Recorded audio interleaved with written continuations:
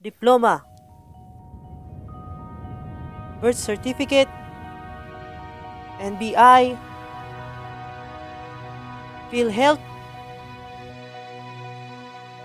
at maging marriage contract, iilan lamang ito sa mga dokumentong nagpapatunay ng ating Ganun pagkakakilanlan. na daw po ngayon ang mga construction.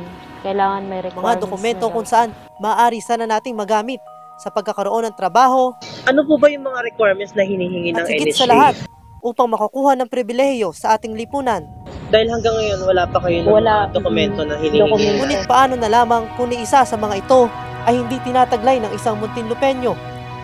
Ano na lamang ang kanyang makukuhang pribilehiyo sa ating gobyerno? Kaya't sama-sama nating alamin ang pamumuhay ng ilan nating mga kababayang tinaguriang undocumented.